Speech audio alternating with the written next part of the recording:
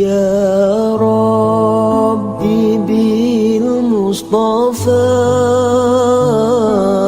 بلغ مقاصدنا واغفر لنا ما مضى يا واسع الكرم.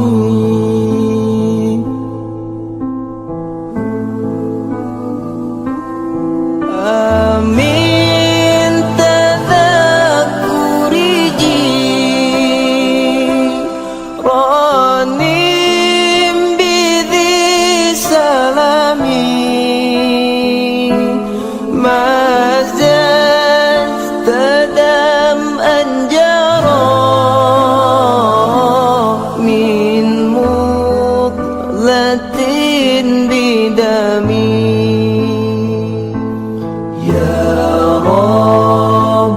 بالمصطفى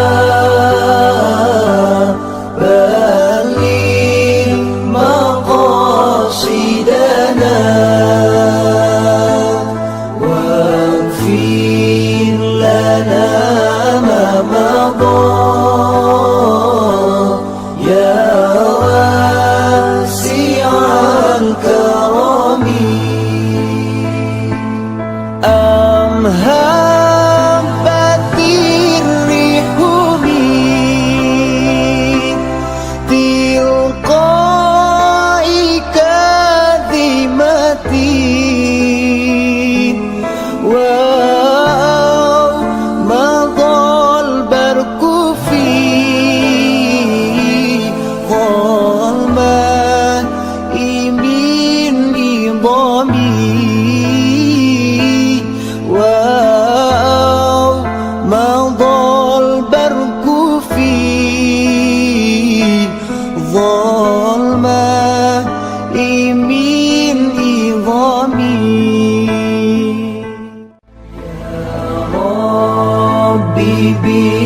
بالمصطفى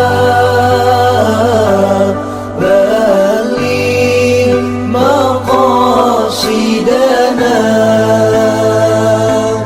واغفر لنا ما مضى يا واسع الكرم. يا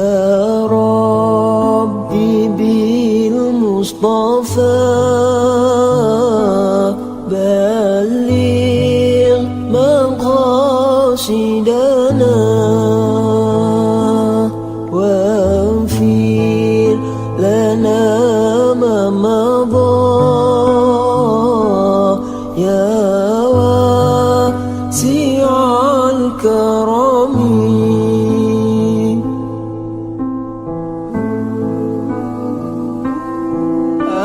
Amin tadzakkuri jiranim bidhi salami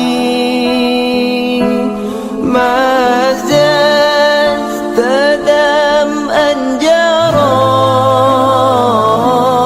min mutlatin bidami.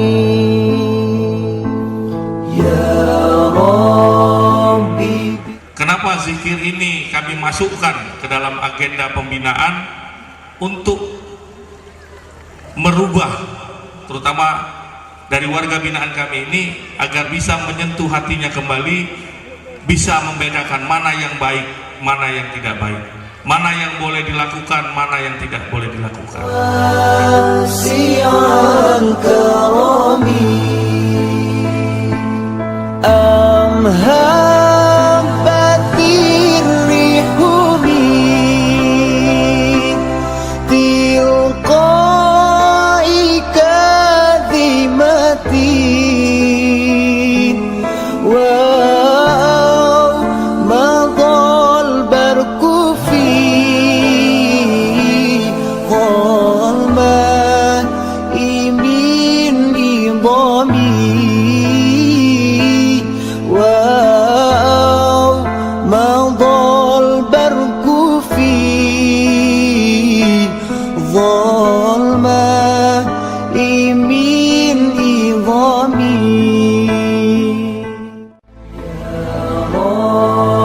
حبيبي المصطفى بلغ مقاصدنا واغفر لنا ما مضى يا واسع الكرم. Wasiat daripada guru, jangan suka melihat, mencari kekurangan, kesalahan dan dosa orang lain, tapi perbanyaklah melihat dosa, kekurangan dan kesalahan diri kita. Yang kedua, jangan pernah mencela, mencaci, memaki dan menghina orang lain, tapi selalulah melihat diri sendiri, karena kita adalah makhluk yang tercela dan terhina. Karena hakikat kemuliaan, kesucian adalah milik Allah Subhanahu wa ta'ala. Allah Subhanahu wa ta'ala. Yang ketiga, jangan suka membuka aib orang lain, tapi melihatlah sesungguhnya diri kita ini adalah penuh dengan aib.